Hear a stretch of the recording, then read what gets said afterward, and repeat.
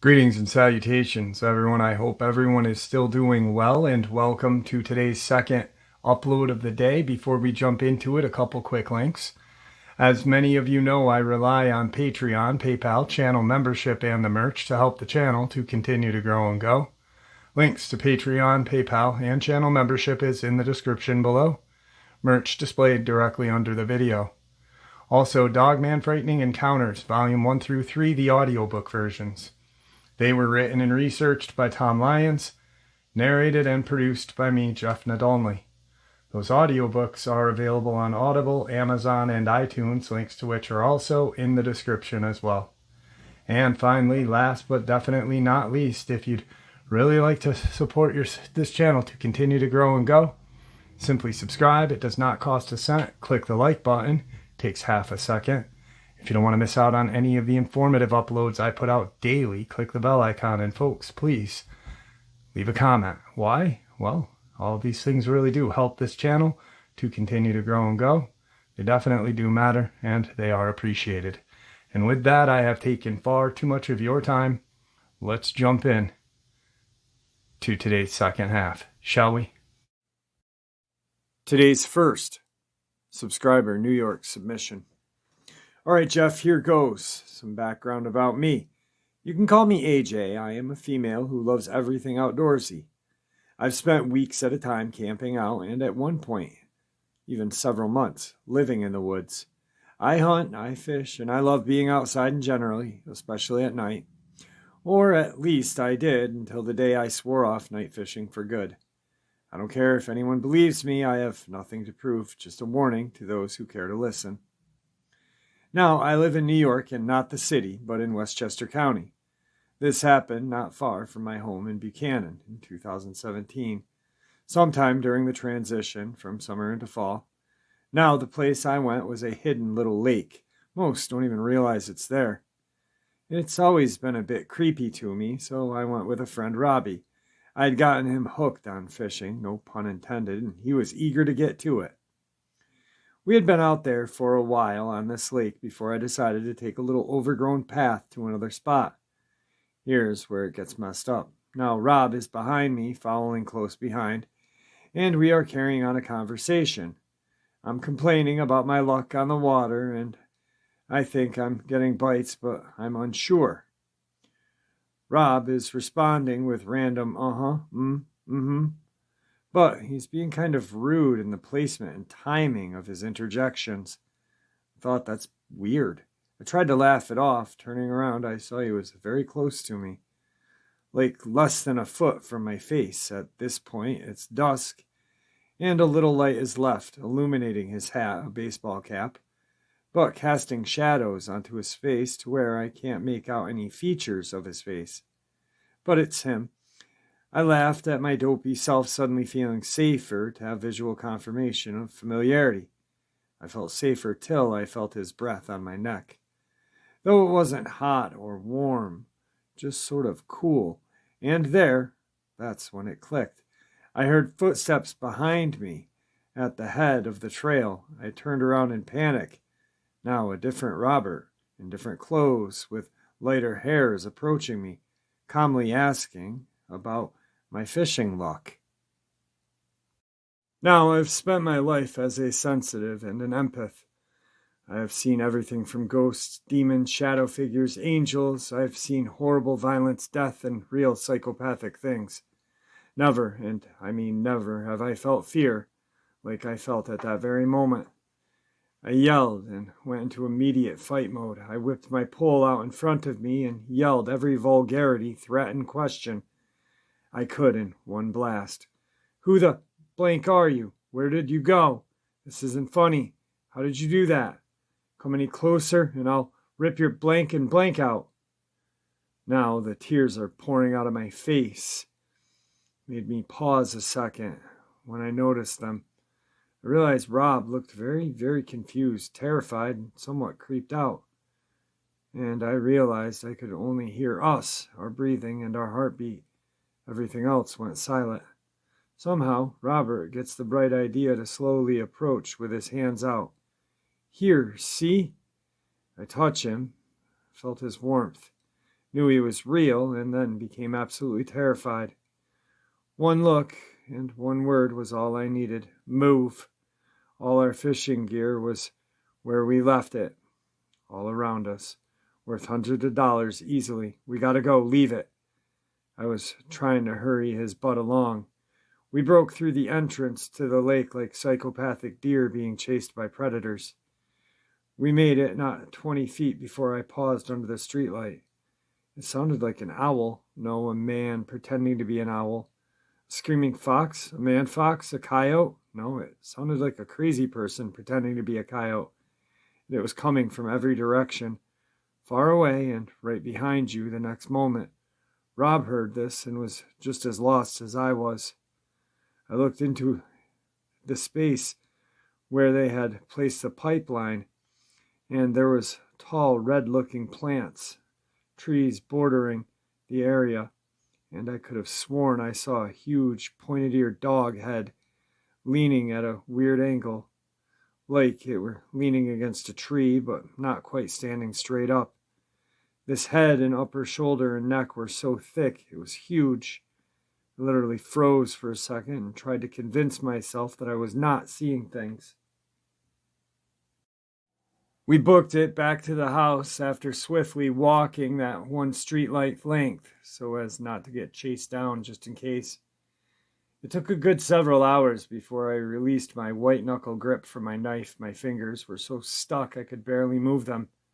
I had to force myself to let go. That night and for weeks, I had to deal with something brushing up against the side of my house, right outside of my room and next to my head, scratching slowly at the wall, whispers I couldn't make out, distant calling of my name, laughter, you name it. I can't tell you how many nightmares I woke from, where I was drenched in sweat and screaming because of some nightmare related to being drugged and thrown into a lake or being eaten alive by a snapping turtle as I sank into the calm waters. I won't go near that place, and Robert will not either. Turns out I recently discovered Rob's cousin also felt strange there, and local people won't go there after the sun begins to set. And I don't blame them. I have no idea what it was or why it decided to mess with me that night. All I know is my carefree love of the outdoors that night is more of a cautious respect, and I won't ever again fish or even exit my home after the sun even begins to set. I'll literally panic because I know that we barely know anything about the world we inhabit. Never mind that we know a whole lot less about what goes on at the night. Just be cautious in Westchester County, New York, especially if you value your sanity. Today's second subscriber, New York State submission.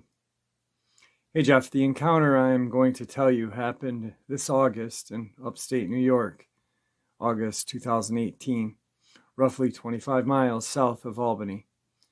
We went primitive camping in the New York State forest 5 miles from our house. Everything was good until about midnight, and then we started hearing the typical screams and yells sounding like a few miles from the spot we were at, although somewhere in the 3,500-acre parcel, we decided to sleep in our Jeep instead of our tent.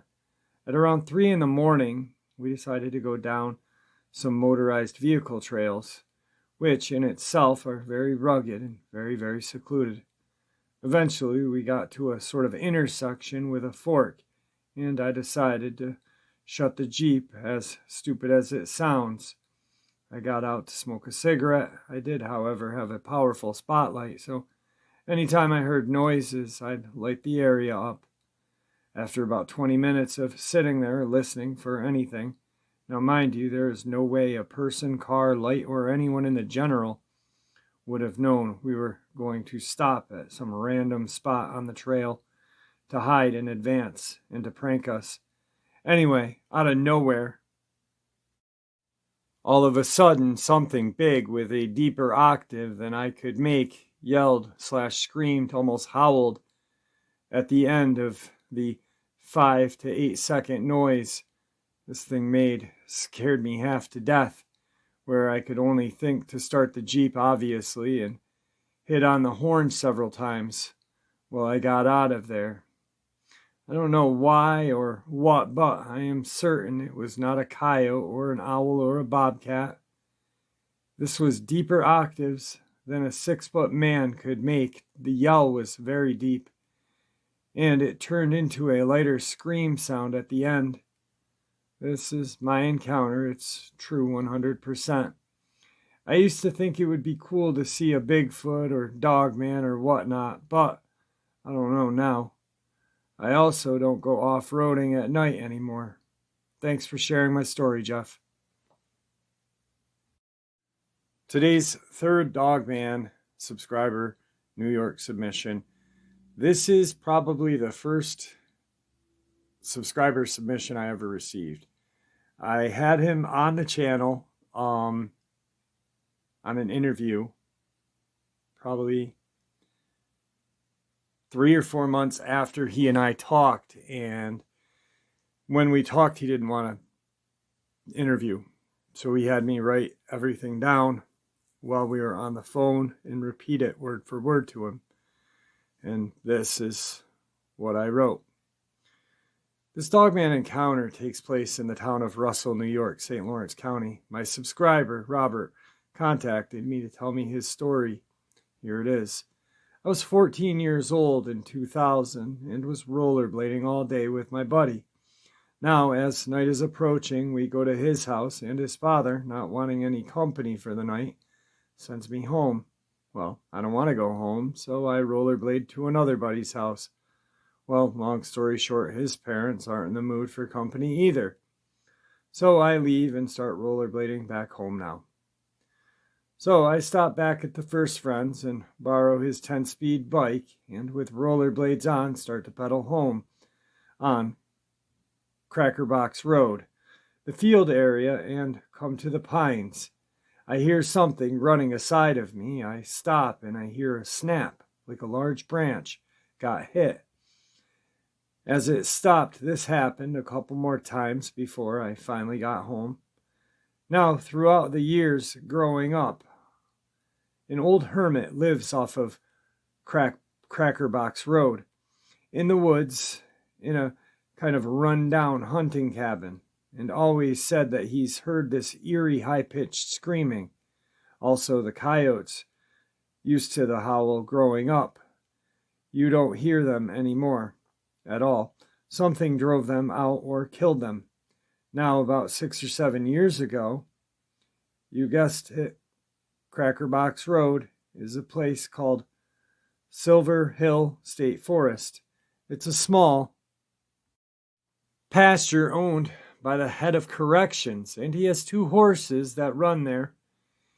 He came to me because I do a little side work, and he told me about his 2 horses were attacked. Their hindquarters were torn up by something with claws 3 times the size of human hands. The DEC came in and did some investigations, determined it was not a cougar and possibly a black bear. Really quick, black bears cannot outrun a horse, and claws are meant for digging, not ripping and shredding flesh.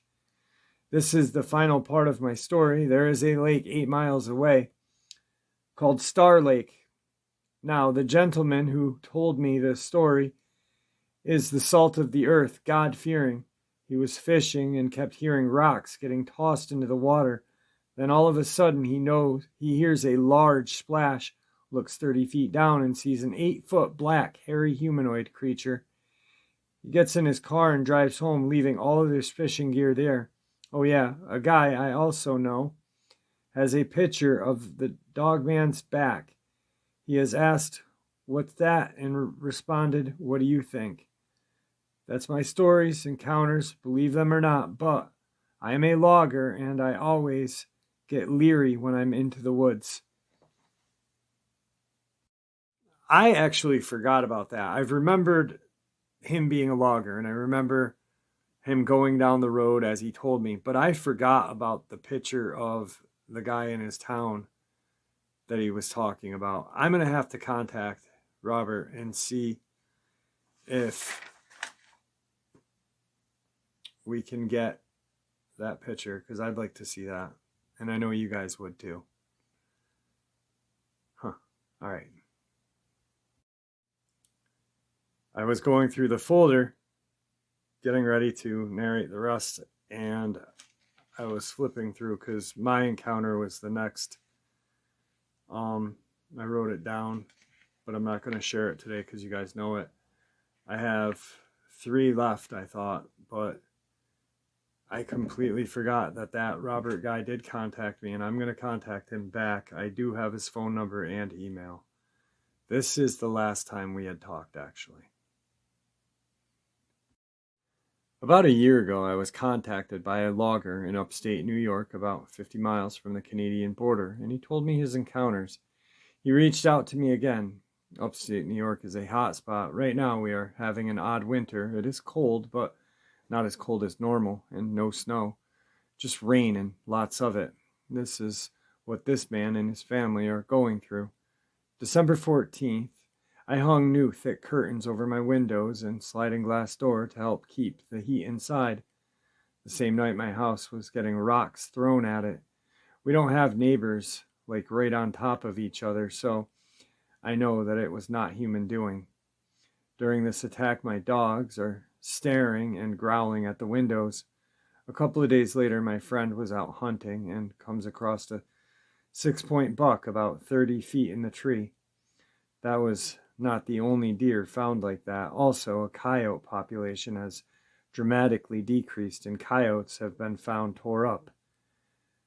I found a tree in my yard scratched up, and my riding lawnmower was flipped over. Anytime my wife and myself went outside, something would circle us in the woods surrounding our yard and rocks thrown at us.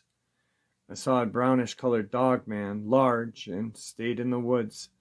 There was also a light-colored one, almost white, with huge paws/hands, which I believe was the one that made the scratch in the tree, judging from the size of its paws/hands.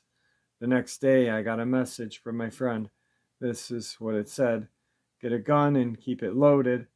I was driving down the road and saw a deer on the side of the road.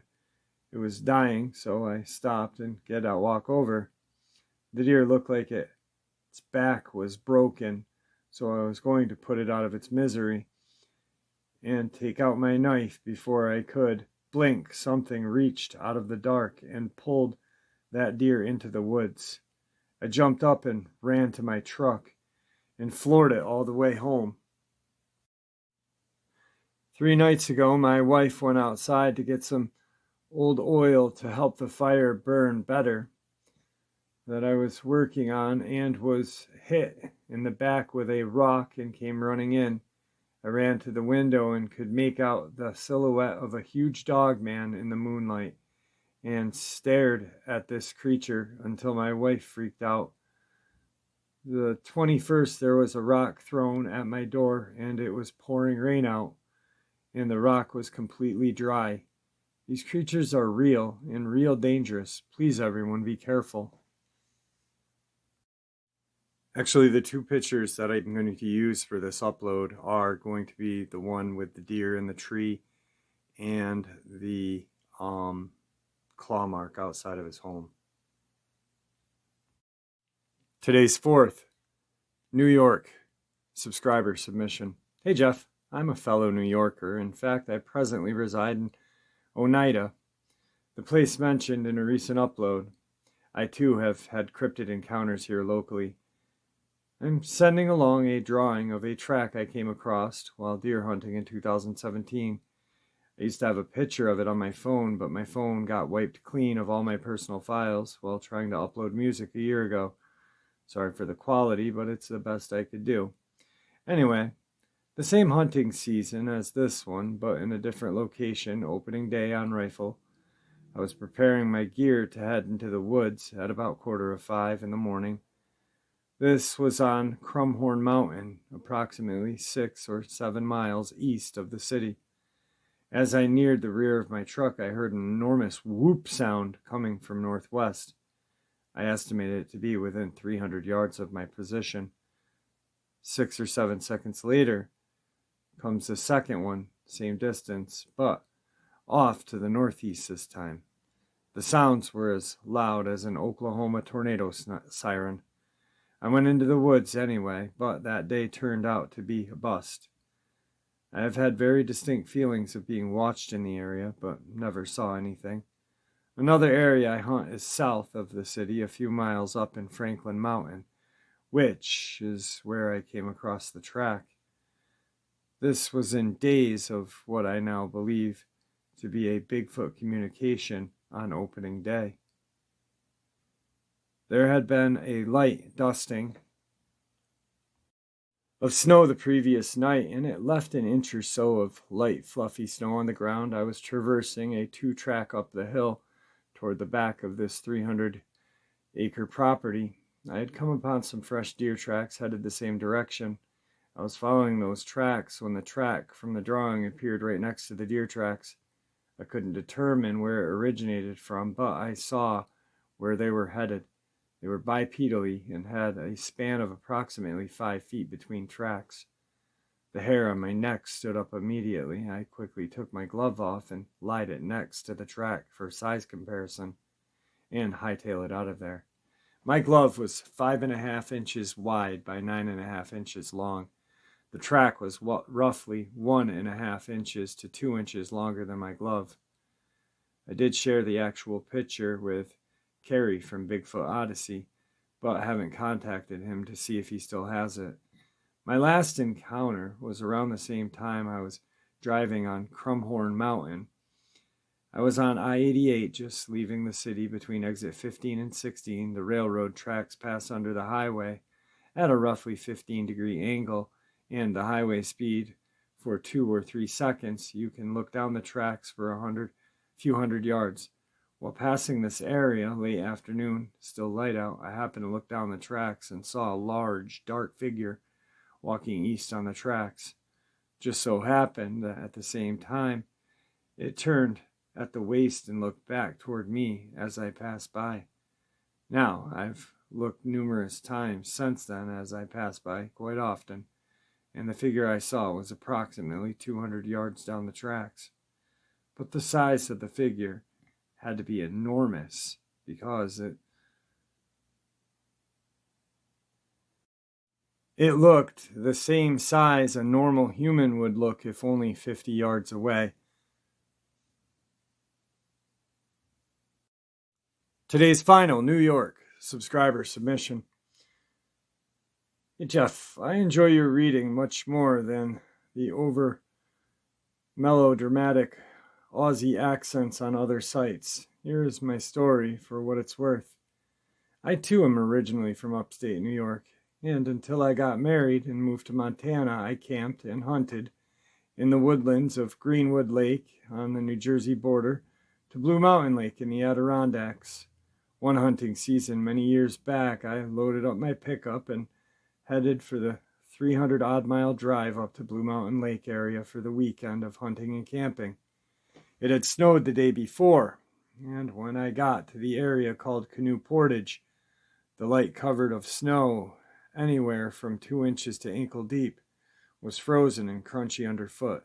Not good for sneaking up on game, but I intended to hike up to a small clearing at the end of the trail and sit until daylight and maybe get a nice fat deer. I get to the camp area at about midnight and made a hasty camp in the back of my truck, ate a quick snack for supper, and then crawled into my sleeping bag until about 4 in the morning. When I rolled out, there was a watery moon showing through the thin clouds. It was cold, but not bad. In fact, it looked like it'd be a fine day. I ate a quick breakfast of oatmeal and coffee and put a PB&J sandwich, some candies and cookies in my pockets, grabbed my rifle and knife, and set out on the trail. I was really poorly prepared for anything, as I only figured to make a short day of it, and then back to the truck to set up a better camp. I didn't carry a flashlight or any survival equipment, not even anything to make a fire in case the weather turned nasty. it's just plain stupid to do something like that in the wilds of upstate New York, or much more so here in the wilderness of western Montana. I was young and overconfident.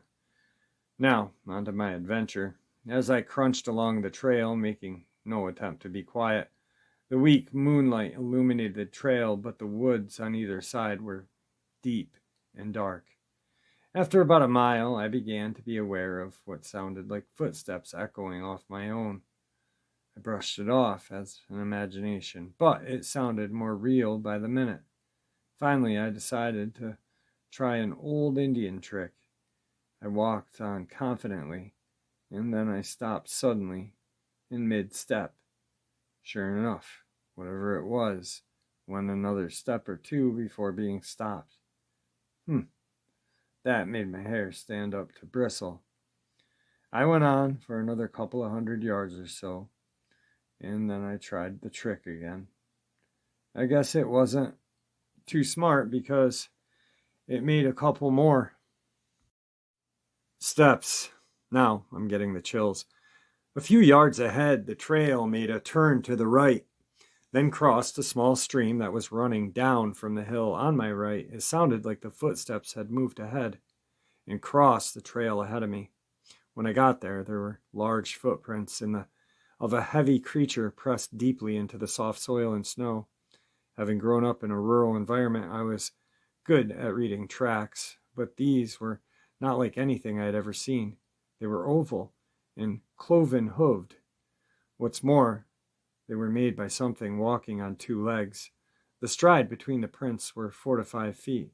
Now, in legends of people who live in those mountains, haints, or haunts, or spooks, can't cross naturally flowing water, so of course it had to cross the trail before it came to the water.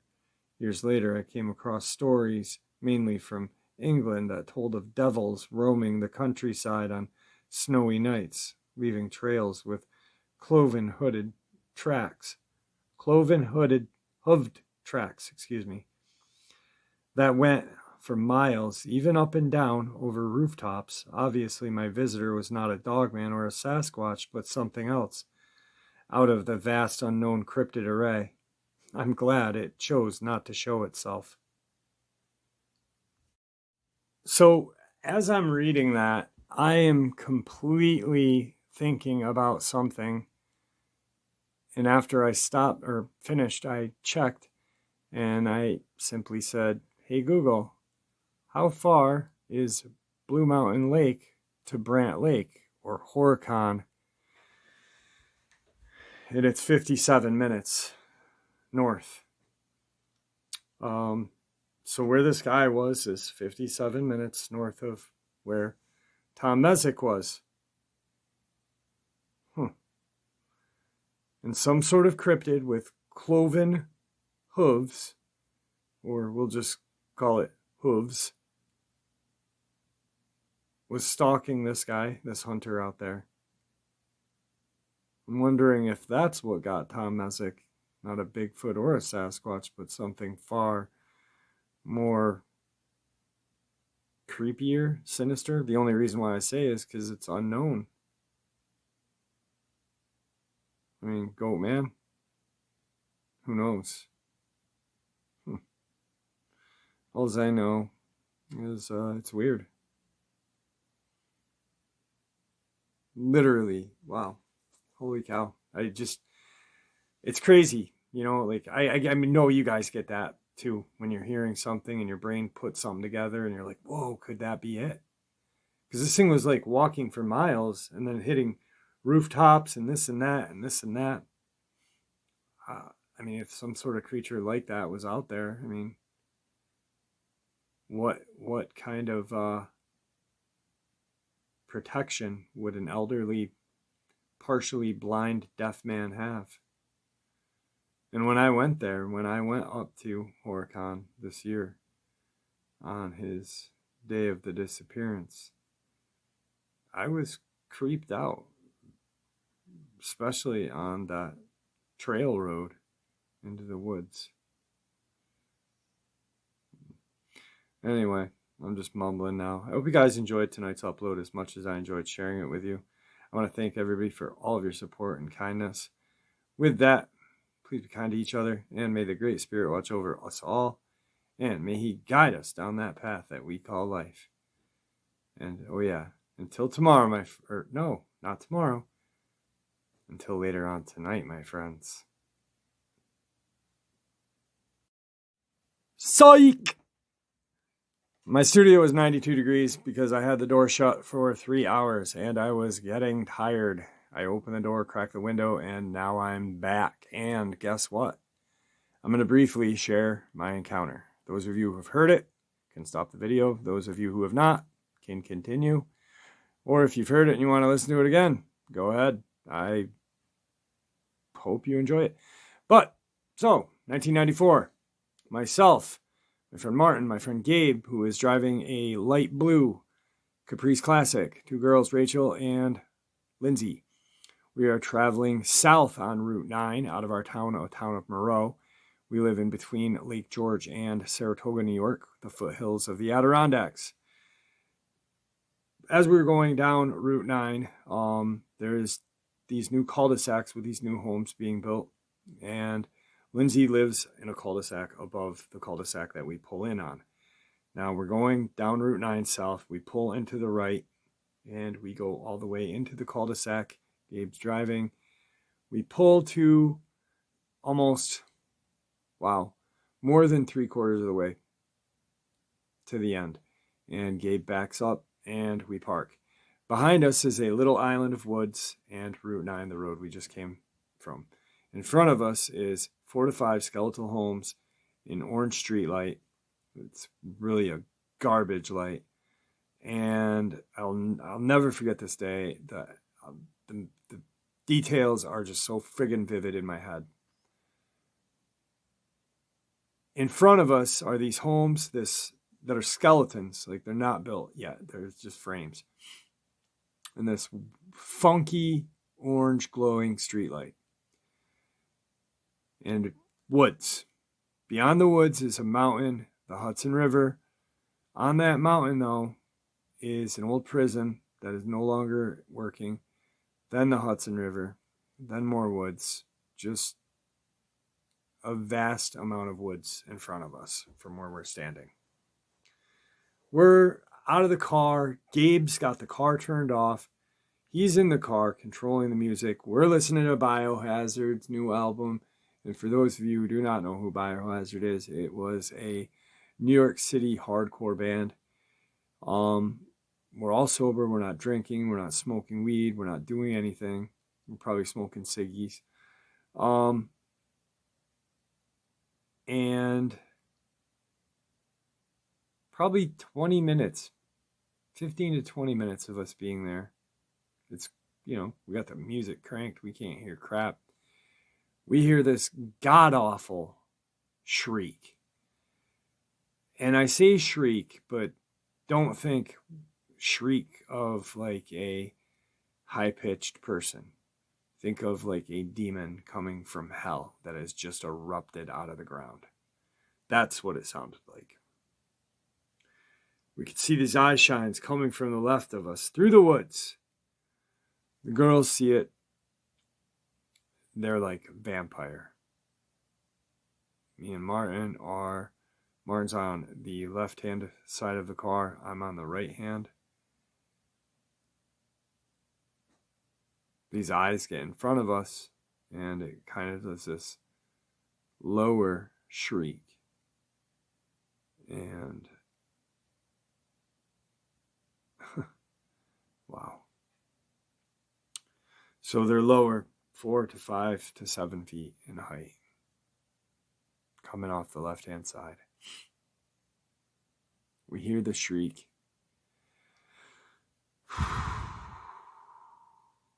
Gabe turns the music down. The girls are scared. They get in the car. Martin crosses in front of me, and now he's on my right-hand side. I have my hand on the hood emblem at this point, playing with it. For those of you who have heard this, and those of you who heard me talk about Martin, he was my greatest friend growing up. He looked like Arnold Schwarzenegger, smaller, sounded just like him. Jeff, I want your bike, your boots, and your motorcycle. So, I swear to God. And he was dumb as a box of rocks. The first day I met him, he jumped out in front of me on the pole lines when I was flying down the trails on a Kawasaki Mojave, which is a 250 four-wheeler, four-stroke. Just plowed right into him. Boom. But we've been friends since that day. Jeff, what is it? We gotta get in the car. And fight or flight mode has not kicked in. Curiosity that killed the cat is right there. As we're hearing these like more shrieks that sound like demons are upon us.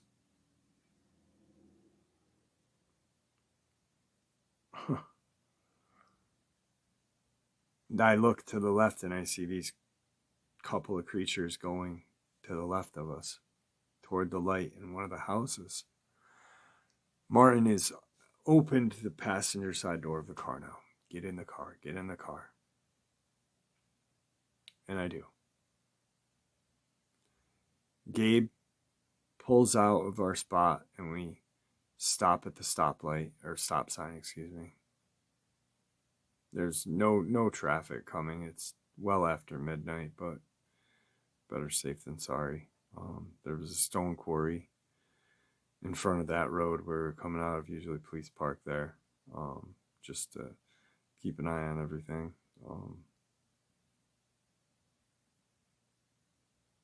So we pull out, and I look to my left. We're going left. And this creature comes out of the woods. And it's like nothing I had ever seen in my entire life. So as it steps out, what I can make of it is it looks like a basketball player, a muscular basketball player. Not like LeBron James, but less muscular, same height, I guess. The legs are hocked. I don't recall a tail. The snout was 3 to 5 inches, if that. Its brown coat was very strange. It was illuminated by that orange street light down the road. And I don't know, it did not look like it belonged on this planet. It looked like that screech or whatever the heck it was belonged to it for 100%. It looked like it followed that scream from hell right out. It looked like some sort of canine demon, to be honest with you. We ended up having to drop the girls off, and we had to go by that spot later on that night. We didn't see anything, but we were scared.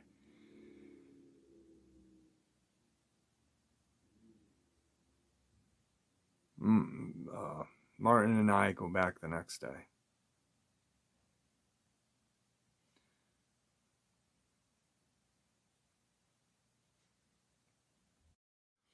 We're looking at the ground. One of the workers yells over at us and starts walking rapidly towards us. Apparently during this time, people were stealing wood and crap. There was a lot of houses being built in our area at that time. We just said we were looking for our dog, because we were looking in like the sand off the side of the road. That's another thing. The soil is very sandy. A lot of pine trees right there. The guy says that's weird because the night that we were there, when they were packing up for the night to go home, it sounded like a huge dogfight out in the woods. We left. Later, I went to a bookstore, a used bookstore. I found an old Cryptid book, Bigfoot book, whatever. Of course, Jersey Devil and crap like that was in it. Not crap, but stuff like that. Strange enough, that bookstore, that tiny bookstore, was a magic store as well. The guy was a magician. Across the street was a 6-story tall Masonic lodge. Had been closed for a while. Just weird little connections. And there you have it, folks. I hope you all enjoyed today's second upload of the day. I'd like to thank you for supporting the channel. It is your support that helps the channel to continue to grow and go, and what gives us all a place and a chance to share our experiences and theories judgment-free. Everyone is simply treated with the respect that we deserve. Stay safe, happy, healthy, and ever vigilant, keeping an eye on our children, pets, family, and friends. These creatures are real. These events have happened. Share this information with those you love and care about, and it may just help save their lives someday. Until next time, never stop asking questions, never stop searching for the truth, and God bless you all.